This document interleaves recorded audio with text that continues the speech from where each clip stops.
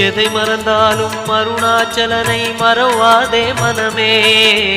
புதையல் இருக்கும் மலையது கேளு அருணாச்சலம் தானே. சிவாய நமக ஓம் சிவாய நமக.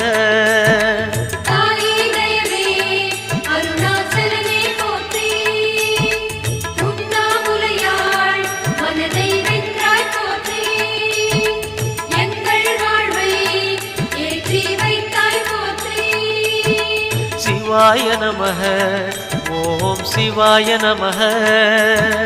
சிவாய நமக ஓம் சிவாய நமக.